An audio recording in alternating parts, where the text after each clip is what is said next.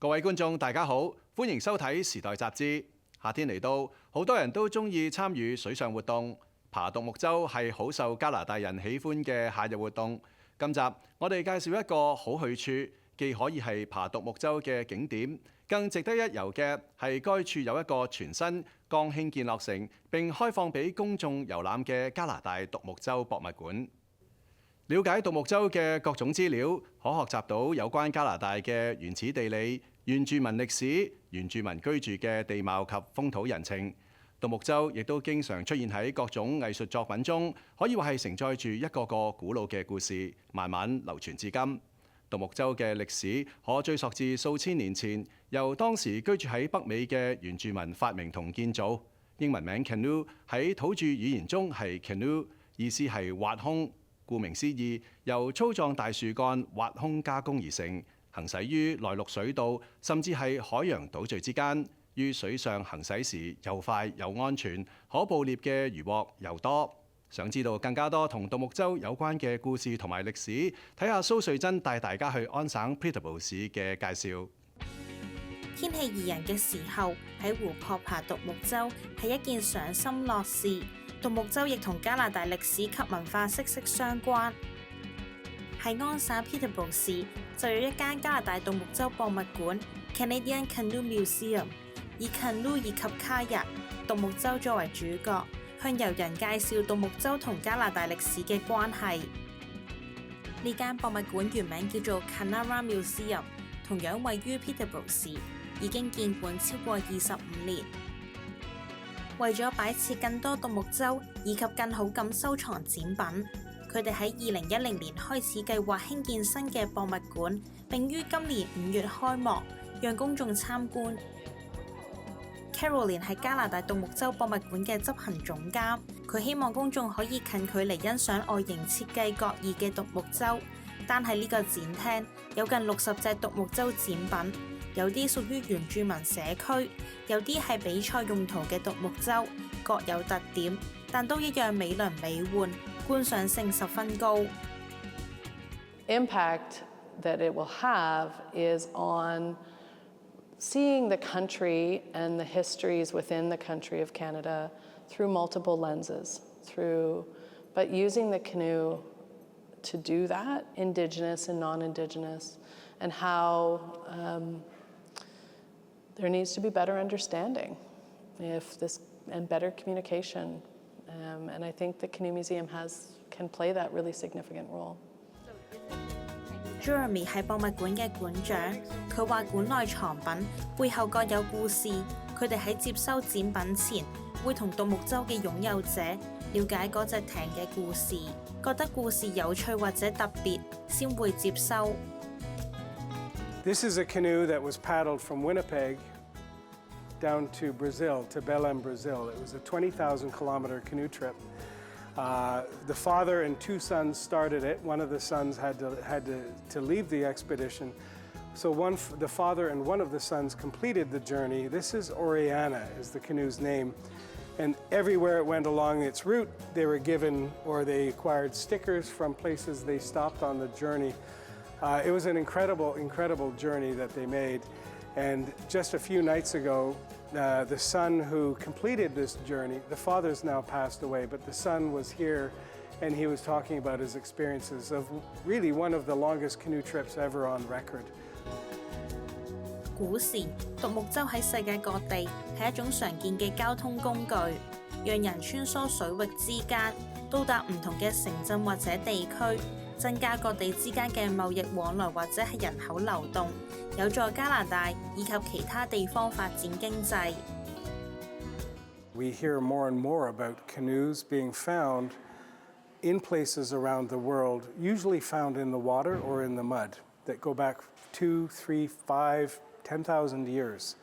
So people have been canoeing for thousands and thousands and thousands of years. And I think we can imagine probably much longer than that. This is how parts of the world were first settled. If we think about the South Pacific Ocean and the islands there, it was because of the canoe that people live on the islands today, and this goes back thousands of years. So The canoe is an ancient idea. In our collection, we have a number of canoes that are quite old, but only centuries old. 加拿大嘅原住民社區喺歷史上都依靠獨木舟呢種普遍嘅運輸工具去打獵運輸。原住民社區願意為博物館提供展品，館內有一半嘅獨木舟都係原住民社區嘅捐贈，希望以此讓更多人認識以及學習原住民嘅生活文化。It was made for these exhibits by a group called the Hayakut Society, and they are Inuit people who are reviving maritime knowledge and kayaking traditions in Nunavut, in the Arctic. So when we had our grand opening, we were thrilled that the builders, and these are two young gentlemen and the elder, came in, took it out, carried it down the stairs. We all went canoeing and kayaking on the water. They brought this beautiful kayak out onto the water, paddled it, and then brought it back in, put it back on, dripping wet.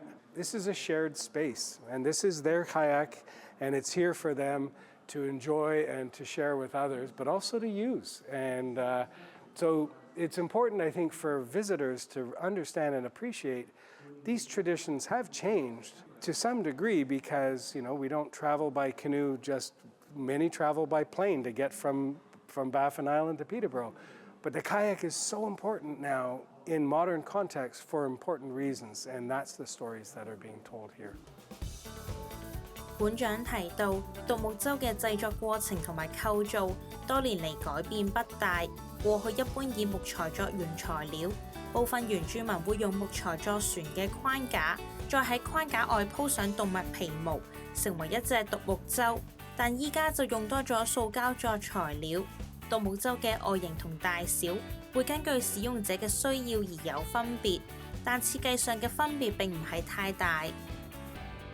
幾百隻特色獨木舟浩浩蕩蕩氣場十足，擺放嘅博物館自然喺外觀同裝潢設計上一絲不苟。館方因此花咗唔少心思去設計同籌備，佢哋聘請一隊建築師團隊，以獨木舟為創作靈感，建築物呈一個長方形去設計，花費4500萬加元去打造而成。We, working with our architect team and the rest of the project team, designed this building first and foremost to be a good home for the collection. So you'll see it's very tall and it's very large, and that's because we have over 600 canoes and kayaks that all need to be put under one roof. But we didn't want to leave out the fact that when you come through the front doors, you're welcomed by the warmth of wood. So as you enter the building, you're going to see big mass timber wood columns, cross-laminated timber panels, so that warmth wood, beautiful glass so that you can see outside and people can see in. This idea of natural materials throughout. The finish on the building, we chose Corten steel as the exterior siding so that it's very sustainable, long-lasting, but it weathers to this beautiful, rich red color, which I think has a lot of personality. 展覽廳擺設咗幾十隻獨木舟，而其中館內總共收藏咗600多隻獨木舟。遊人可以喺地下上一樓嘅樓梯，透過玻璃窗望到寬敞儲藏室內嘅展品，或者係參加館方嘅導賞團，就可以一次過近距離欣賞到咁多隻獨木舟。儲藏室內有嚴格嘅溫度控制，每隻獨木舟都各有空間存放，以此將獨木舟保存喺最好嘅狀態。博物館喺建築物後湖嘅側邊設置一個小碼頭，讓人可以撐獨木舟。呢個設施免費開放俾大眾，讓人享受划獨木舟嘅樂趣。除咗可以欣賞唔同種類嘅獨木舟，博物館為公眾提供獨木舟划舟課程，館方會為學員提供導師，喺安全嘅情況下教授大眾如何划艇，讓公眾有渠道去學划獨木舟。獨木舟喺現今時代已經成為咗大眾消閒娛樂工具。唔少人得閒時去划艇，放鬆身心，喺船上欣賞美景。獨木舟本身嘅歷史同文化都值得人去了解同學習。有興趣了解獨木舟對加拿大發展及原住民社區嘅人，不妨到訪博物館，一邊欣賞展品，一邊了解獨木舟背後嘅文化意義。今日嘅節目時間就到呢一度，下星期再見。